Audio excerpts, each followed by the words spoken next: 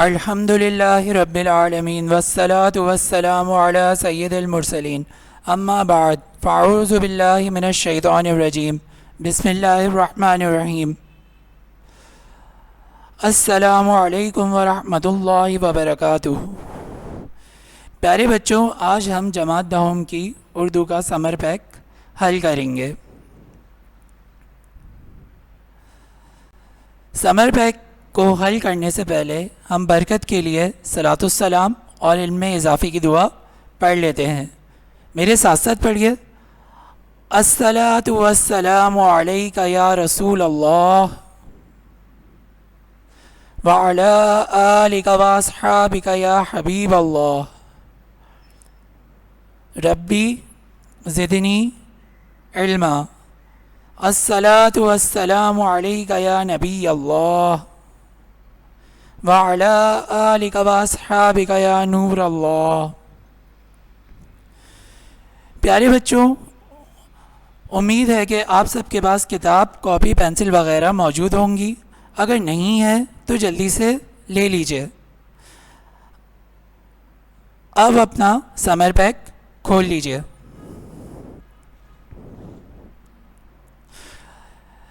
آج کی اس ویڈیو میں جو چیزیں ہم سیکھیں گے اس میں قواعد کی نئی اصناف یعنی کہ گرامر کی نئی چیزیں جو ہمارے سلیبس میں شامل ہیں، ہم ان سے واقفیت حاصل کریں گے۔ اس کے بعد جو ہمیں سوالات دیے گئے ہیں ہم ان کو حل کریں گے۔ پیارے بچوں، آپ کے پاس جو پہلا سوال ہے اس کے اندر کچھ گرامر کی تعریفات دی گئی ہیں، جس میں سب سے پہلے ہے مرکب ناقص۔ مرکب ناقص میں جملہ مکمل نہیں ہوتا اور بات ادھوری ہوتی ہے۔ مثال، زید کا قلم، پرانا صوفہ۔ جیسے کہ اس جملے میں ہمیں نہیں پتہ کہ زید کے قلم کے بارے میں کیا بات ہو رہی ہے یا پھر پرانے صوفے کے بارے میں کیا بات ہو رہی ہے۔ اس طرح یہ جملے نامکمل ہیں اور ایسے نامکمل جملوں کو مرکب ناقص کہا جاتا ہے۔ اس کے بعد ہمارے پاس ہے مبتدا۔ مسند الیہ کو مبتدا کہتے ہیں۔ جیسے عمران بڑا ذہین ہے، اس جملے میں عمران مبتدا ہے، یعنی کہ جس کے بارے میں بات کی جا رہی ہو اسے ہم مبتدا کہتے ہیں، یعنی کہ جملہ جس سے شروع ہو رہا ہو۔ اس کے بعد ہے ہمارے پاس خبر۔ مسند کو خبر کہا جاتا ہے، جیسے عمران بڑا ذہین ہے، اس میں بڑا ذہین خبر ہے، یعنی کہ عمران کے بارے میں خبر دی جا رہی ہے کہ وہ بڑا ذہین ہے۔ اس کے بعد ہے ہمارے پاس اس میں مصغر۔ وہ جس میں کسی نام کی نسبت چھوٹائی کے معنی پائے جائیں، اس میں تصغیر یا اس میں مصغر کہلاتا ہے۔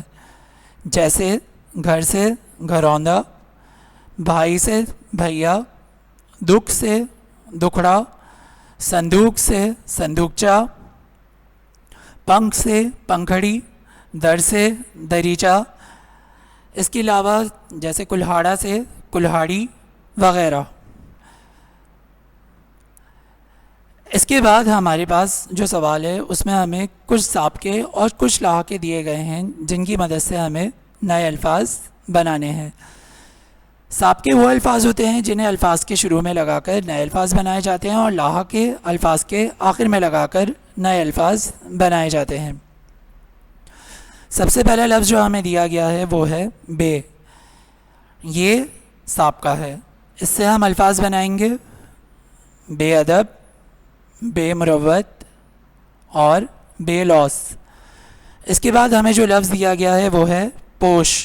یہ لاحقہ ہے اور اس سے الفاظ بنیں گے نقاب پوش، سیاہ پوش اور پاپوش۔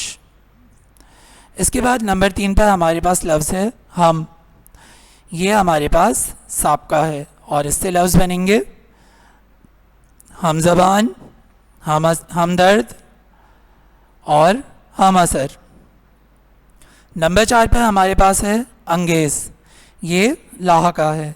اس سے الفاظ بنیں گے رقت انگیز، حیرت انگیز اور سحر انگیز. اس کے بعد نمبر 5 پہ ہمارے پاس لفظ ہے غیر. یہ سابقہ ہے اور اس سے الفاظ بنیں گے غیر شرعی، غیر ضروری اور غیر مشروط. اس کے بعد ہمارے پاس لفظ ہے ناک. یہ ہمارے پاس لاحقہ ہے. اس سے الفاظ بنیں گے کربناک، خطرناک اور شرمناک. اس کے بعد ہمارے پاس لفظ ہے لا. لا ہمارے پاس سابقہ ہے اور اس سے لفظ بنیں گے لا محدود، لا حاصل اور لا زوال. پیارے بچوں، اس کے بعد آپ کے پاس اگلا جو سوال ہے وہ ہے مترادف الفاظ. یعنی جو ہمیں الفاظ دیے گئے ہیں ان کے ہمیں مترادف الفاظ لکھتے ہیں. مترادف الفاظ ہم معنی الفاظ کو کہا جاتا ہے جن کے معنی ایک جیسے ہوں. اس میں ہمارے پاس پہلا لفظ ہے خواہش.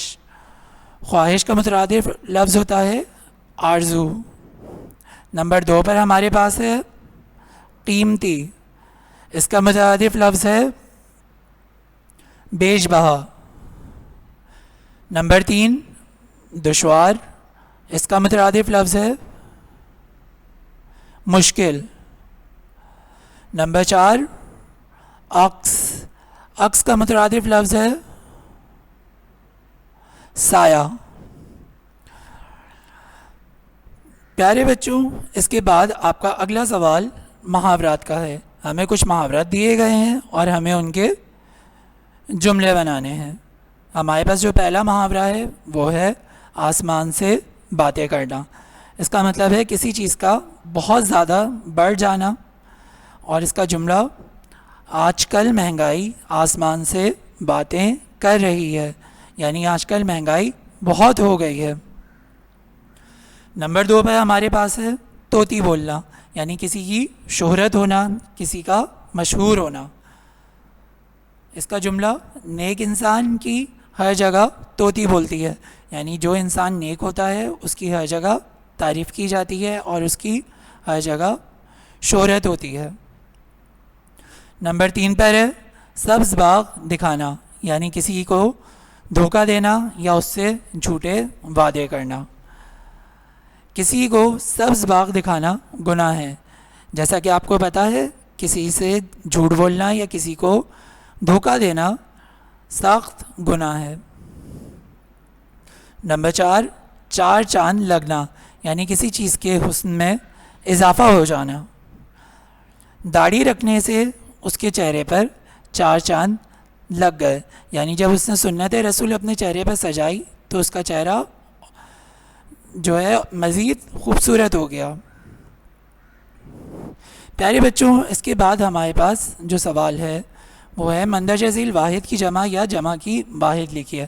ہمیں جو الفاظ دیے گئے ہیں انہیں اب ہمیں پہچاننا ہے کہ یہ واحد ہے یا پھر جمع ہے. اگر یہ واحد ہے تو ہمیں اس کی جمع لکھنی ہے اور اگر یہ جمع ہے تو ہمیں اس کی واحد لکھنی ہے. نمبر 1 پر ہے زائر. یہ واحد ہے اور اس کی جمع ہوتی ہے زائرین. نمبر 2 پیغام. یہ بھی واحد ہے اور اس کی جمع ہوگی پیغامات. نمبر 3 پر ہے ہمارے پاس اواخر. یہ جمع ہے اور ہم اس کی واحد لکھیں گے جو کہ ہے آخر. اواخر کا واحد آخر. نمبر 4 پر ہمارے پاس ہے اقالیم. اقالیم جمع ہے اقلیم کی. اقلیم کہتے ہیں کسی بھی ملک یا پھر سلطنت کو. اس کے بعد نمبر 5 پر ہے ہمارے پاس تجاویز. یہ جمع ہے تجویز کی. نمبر 6 ترجمہ. ترجمہ واحد ہے اور اس کی جمع ہے تراجم. اس کے بعد ہے رسم. رسم بھی واحد ہے اور اس کی جمع ہے رسوم. اس کے بعد رکن. رکن بھی واحد ہے اور اس کی جمع ہے ارکان۔ اس کے بعد ہمارے پاس ہے ادویہ۔ ادویہ جمع ہے دوا کی، یعنی کہ دوا واحد ہے اور اس کی جمع ہے ادویہ۔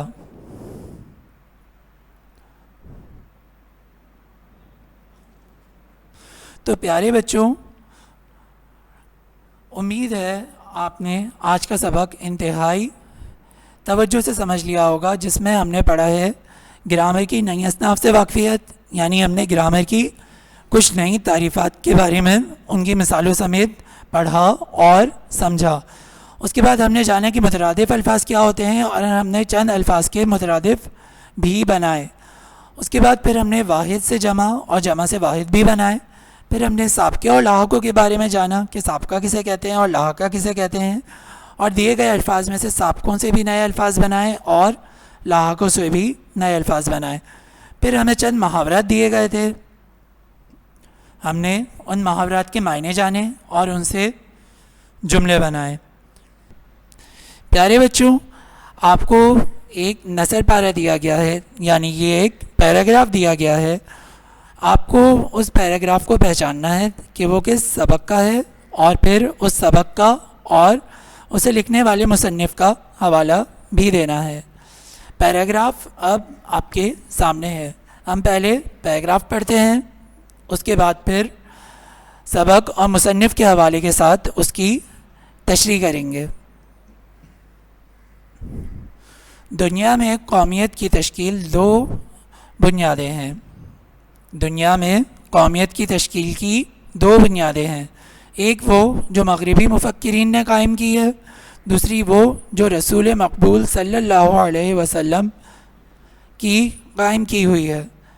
اہل مغرب نے خاندانی، نسلی اور قبائلی بنیادوں میں ذرا وسعت پیدا کر کے قومیت کی بنیادیں جغرافیائی حدود پر استوار کی اور کہا قوم وطن سے بنتی ہے۔ اس نظریے کی وجہ سے دنیا کے انسانوں کے درمیان تباہی کا جو دروازہ کھلا وہ دو عالمی جنگوں کے ہونے سے بخوبی ظاہر ہے۔ یہ وطنی قومیت ہی کی بنیاد پر لڑی گئیں، اور یہ وطنی قومیت جنوبی ایشیا کے مسلمانوں کو تحفظ دینے میں تو بالکل ہی ناکام تھی، کیونکہ جنوبی ایشیا کے مسلمان اس نظریے کے تحت ایک مجبور اقلیت بن جاتے۔ قومیت کی دوسری بنیاد وہ ہے جو رسول مقبول صلی اللہ علیہ وسلم نے ملت اسلامیہ کی تشکیل کرتے وقت قائم فرمائی اور جو مغرب کے تصور قومیت سے جدا ہے۔ پیارے بچوں، ہم نے پیراگراف پڑھ لیا ہے، اب ہم اس کا سیاق و سباق جانیں گے، یعنی کہ یہ کس سبق سے لیا گیا ہے۔ تو پیارے بچوں، مندرجہ بالا نثر پارہ سبق نظریہ پاکستان سے ماخوذ ہے، جس کے مصنف غلام مصطفیٰ خان ہیں۔ یعنی یہ جو ہمیں پیراگراف دیا گیا ہے یہ ہمارے نصاب میں شامل سبق نظریہ پاکستان سے لیا گیا ہے، اور نظریہ پاکستان کو غلام مصطفیٰ خان نے لکھا ہے۔ پیارے بچوں، اب ہم حوالہ مصنف لکھیں گے، یعنی کہ ہم تھوڑا غلام مصطفیٰ خان صاحب کے بارے میں بھی جانیں گے۔ ڈاکٹر مصطفیٰ خان تاریخی اور تحقیقی شعبے سے منسلک تھے۔ ان کی تحریروں میں سادگی اور روانی ہے۔ انہوں نے خشک مضامین کو بھی اپنے تحریری حسن سے تر و تازہ اور شگفتہ بنایا کہ قاری اکتاہٹ محسوس نہ کر سکے، یعنی کہ جو خشک مضامین ہیں انہیں بھی انہوں نے اپنے انداز تحریر سے دلچسپ بنا دیا تاکہ پڑھنے والا کسی بھی طرح کی اکتاہٹ اور بوریت کا شکار نہ ہو۔ انہوں نے اہل قلم ہونے کا نہ صرف ثبوت دیا بلکہ حق ادا کر دیا، یعنی کہ انہوں نے اپنی تصانیف سے اپنے اہل قلم ہونے کا حق ادا کیا۔ پیارے بچوں، اب جو ہمیں پیراگراف دیا گیا ہے اس کی تشریح لکھتے ہیں۔ مصنف اس فن پارے میں یعنی اس پیراگراف میں نظریہ پاکستان کی مزید وضاحت کرتے ہوئے کہہ رہے ہیں کہ ہمیں اس بات کو اچھی طرح ذہن نشین کرنا چاہیے کہ دنیا کے تمام ممالک سیاسی قومیت اور جغرافیائی حدوں کی بنیاد پر بنائے گئے ہیں، جو کہ مغربی نظریہ ہے، مگر پاکستان مشرقی اور اسلامی نظریے کی بنیاد پر بنا، اس لیے یہ مغربیت سے جدا ہے۔ مغربی نظریے کی بنیاد خاندان، نسل، قبائل، زبان اور جغرافیائی حدود پر قائم ہے۔ اس نظریے کے تحت ایک ملک اپنے مفاد کی خاطر دوسرے ملک کا دشمن بن جاتا ہے اور جنگیں ہوتی ہیں۔ موجودہ جنگیں اس بات کا واضح ثبوت ہے۔ عالمگیر جنگوں کی بنیاد یہی نظریہ ہے، یعنی ہماری دنیا میں جو بڑی جنگیں ہوئیں ان کی بنیاد یہی نظریہ تھا۔ اس کے برعکس مسلمانوں کا نظریہ قومیت، جس کی بنیاد حضور اکرم صلی اللہ علیہ وسلم کی قائم کردہ ہے، اس نظریے کے تحت مذہب، عقیدے اور توحید پر ایمان رکھنے والے ملت اسلامیہ کہلاتے ہیں، اور پاکستان اسی نظریے پر قائم کیا گیا ہے۔ اس لیے مسلمان ایک قوم ہے، خواہ وہ کسی بھی ملک کے رہنے والے ہوں۔ پیارے بچوں، مصنف اس پیراگراف میں ہمیں یہ بتانا چاہ رہے ہیں کہ دنیا کے تمام ممالک سیاسی قومیت اور جغرافیائی حدود کی بنیاد پر بنائے گئے، لیکن ملک پاکستان خالصتاً اسلام کے نام پر حاصل کیا گیا، یعنی زمین کا ایک ایسا ٹکڑا حاصل کیا گیا جہاں مسلمان اسلام کے مطابق اپنی زندگیاں آزادی سے گزار سکیں۔ پیارے بچوں، سوال نمبر 2 میں آپ کو اشعار دیے گئے ہیں جن کی ہمیں نظم اور شاعر کے حوالے کے ساتھ تشریح لکھنی ہے۔ شعر نمبر 1 ہے: ایک ہو مسلم حرم کی پاسبانی کے لیے، ایک ہو مسلم حرم کی پاسبانی کے لیے، نیل کے ساحل سے لے کر تابہ خاک کاشغر۔ پیارے بچوں، یہ شعر علامہ اقبال کی نظم دنیا اسلام سے لیا گیا ہے۔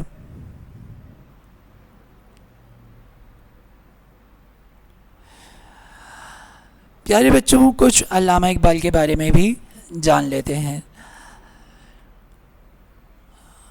اقبال نے نظم اور غزل دونوں پر طبع آزمائی کی۔ اگر ان کی نظمیں زندگی بخش ہیں تو غزلیں روح پرور۔ انہوں نے اردو شاعری کو بلندیوں تک پہنچایا اور اپنی شاعری سے انہوں نے قوم و ملت کی دینی اور قومی جذبے کو ابھارا۔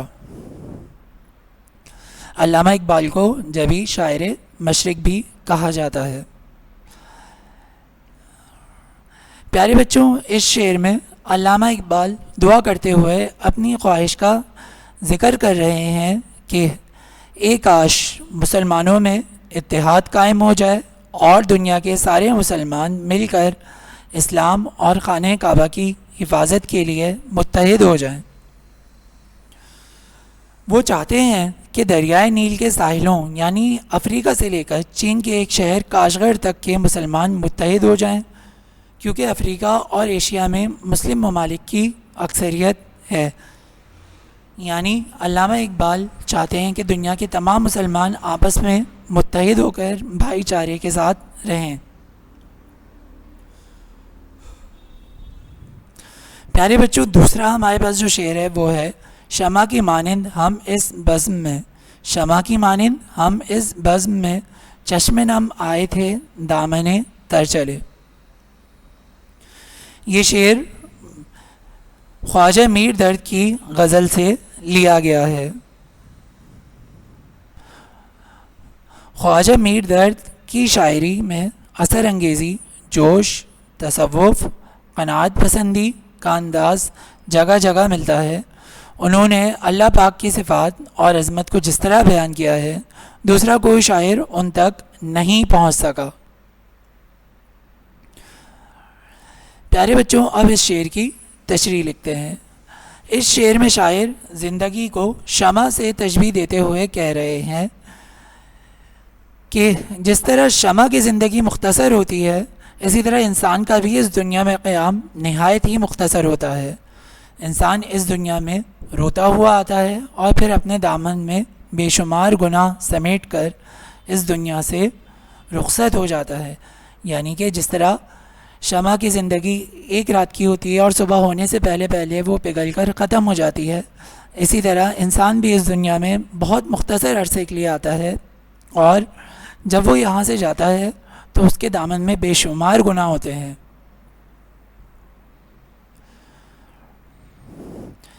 پیارے بچوں، آج کی اس ویڈیو میں ہم نے سیکھا کہ نثر پاروں کو کس طرح سمجھ کر ان کی تشریح کی جاتی ہے اور کس طرح ان کے حوالے لکھے جاتے ہیں، یعنی کہ وہ پیراگراف ہمیں کس سبق سے دیا گیا ہے اور اس سبق کو لکھنے والے مصنف کون تھے۔ اس کے بعد پھر ہم نے دیے گئے اشعار کی تشریح کی، اور تشریح سے پہلے ہم نے یہ دیکھا کہ وہ اشعار کون سی نظم یا غزل سے لیے گئے ہیں اور اس نظم کو لکھنے والے شاعر کون تھے۔ پیارے بچوں، امید ہے کہ آپ نے آج کا سبق انتہائی توجہ سے سمجھ لیا ہوگا، اس کی خوب دہرائی کیجیے۔ میری دعا ہے اللہ پاک آپ کا حافظہ مضبوط بنائے، آمین بجاہ النبیین، جزاک اللہ خیرہ۔